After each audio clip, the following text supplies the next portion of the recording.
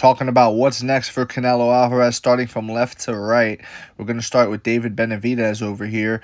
I think that's the fight the fans really want to see the most. They want to see Canelo Alvarez fight David Benavidez. It would be a great fight for the Mexican fan audience as well. Two Mexican stars going at it. One trying to climb the ranks and become the big boxing star. The other one trying to keep his title as such. You know, Canelo Alvarez has said he doesn't want to fight any of his Mexican brothers. I personally think that's a slap in the face because, you know, you have people in your weight class that are Mexican that would like to be put on and share the spotlight and take the spotlight from you, you know? It's not fair that you're giving opportunities to all these other people, but you're blacklisting the Mexican fighters, saying, no, no, no, only I could be the star of Mexico. I don't think that's right from Canelo Alvarez, and I also believe that David Benavidez believes he could win. It's all one thing or another for me or you or the next guy to say why a fighter can win. But if that fighter themselves does not believe they can win, it's all hot air that we're spouting at the mouth at the end of the day, okay? It means nothing. I believe Jermell Charlo didn't really think he could win. And at some point in the fight, he went from trying to win to just trying to go the distance and just trying not to get knocked out. And you heard it in his post-fight interview after the fight. Well, at least I didn't get knocked out, though, you know? And that tells you a lot about a fighter's mentality. It tells me that he wasn't trying to win. He was just trying to survive. And from that, we're going to move on to Terence Crawford because that's exactly what Terence Crawford said after the fight. He said that he made Charlo look like a baby cub, the supposed lion into a baby cub, and that he just laid down for Canelo, tried to survive. And, you know, you got to kind of agree with that, man. Charlo didn't throw his punches and bunches, and he didn't really stand his ground and really throw back. So with that said, do I want to see Terence Crawford fight Canelo Alvarez? Yes, I do. Do I think Terence Crawford would win that fight? Yes, I do. I think Terence Crawford is that damn good. I think he's a master at his craft. I really think Terence Crawford is him when it comes to boxing, and I think he just has that weird ability where any punch he throws, he causes pain for his opponents, you know? They're not set-up punches. Each one of them has oomph behind it, and each one of them does damage. You know, you even saw that in the Errol Spence fight. He just causes a reaction. Go watch his fights, you'll see every time he lands, there's a visceral reaction that you see from his opponents that you can tell they did not like that and they don't want to get hit again by him.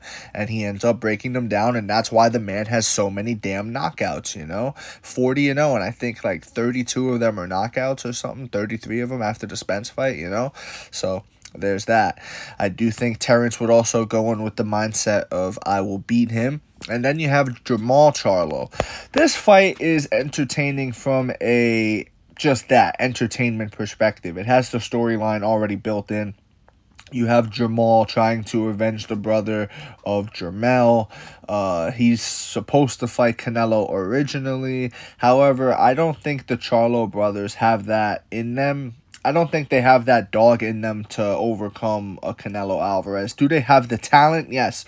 Do they have the explosiveness? Yes. The power? Yes. The speed? Yes. The athleticism? All these things. But do they have that heart in them? I don't think they do. I think and this holds true for a lot of people that are loud and braggadocious and things like that. You know, Terence Crawford's not really the most flashy guy. I mean, he's got his prime chain there, but outside of that, he's not the most flashy fly guy. For people that are like that are very showy and flashy, they're front runners most of the time. People that like to talk and all the time, they're really front runners, and when things start to not go their way, it snowballs very fast. And I think that would happen with Jermall Charlo as well. And it just is what it is. I don't see him beating Canelo Alvarez, and I could see him mentally breaking as well, just like his brother. Now we're going to talk about Dimitri Bivol.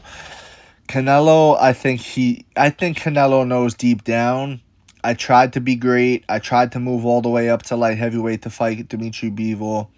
I'm good. I'm going to let him have that. I'm going to leave him alone. See that guy over there? I'm going to leave him alone because ain't nothing good going to happen from from the rematch. Dimitri Bivol is younger than Canelo.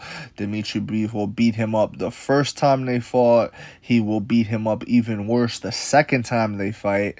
And I don't see Canelo ever revisiting that. I think he's just going to let him do him over there. Bivol should go off and fight Artur Beterbiev, which is a very fun fight for the fans. But, excuse me, out of these four, I would want to see David Benavidez the most, just because I think that would be a fantastic fight. And it's a fight that we've been wanting to see for a while, you know. Terrence Crawford kind of just entered this conversation versus Canelo